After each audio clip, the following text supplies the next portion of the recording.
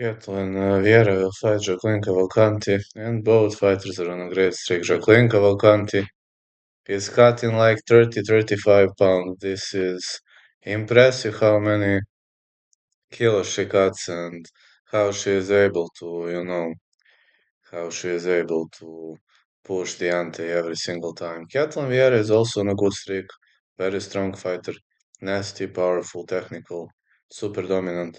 But according to the current situation, I'd have to give advantage to Jacqueline Cavalcanti because she's in a great shape. She's a very, very powerful fighter and she is stronger than Vieira.